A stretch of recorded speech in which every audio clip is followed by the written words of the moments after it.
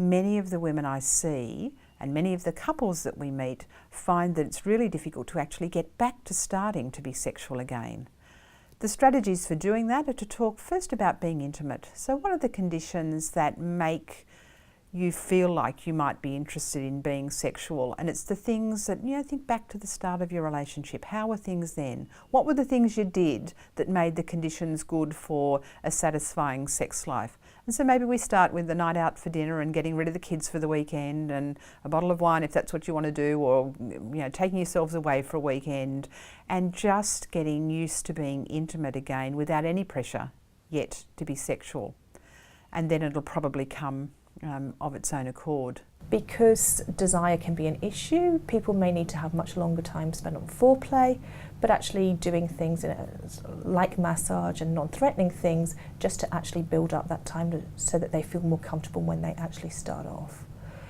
Women can frequently find that after they have had treatment for a gynecological cancer, that they find sex painful. This can often be because of losing the uterus, having a hysterectomy, means that there's no sort of cushioning or protection during intercourse, so actually sex can be much more painful.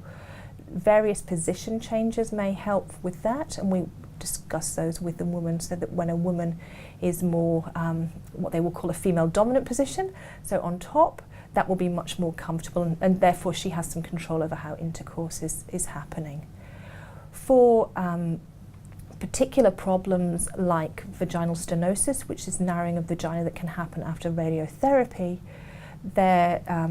we would generally give women something called vaginal dilators, which mean that these are used on a regular basis, 3 times a week or so, meaning that the vagina is gently stretched so that it doesn't narrow as a result of radiotherapy.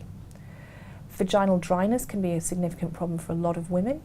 And we would be encouraging them to use lubricants, not things like KY jelly, but things like silk, which will mean that they have lubrication during sex.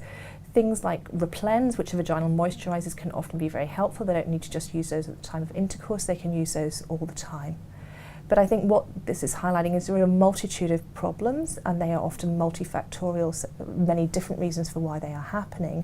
So therefore, when we're looking into the reasons for sexual problems with a woman with cancer, we have to spend some time really going through all those and addressing probably several different issues.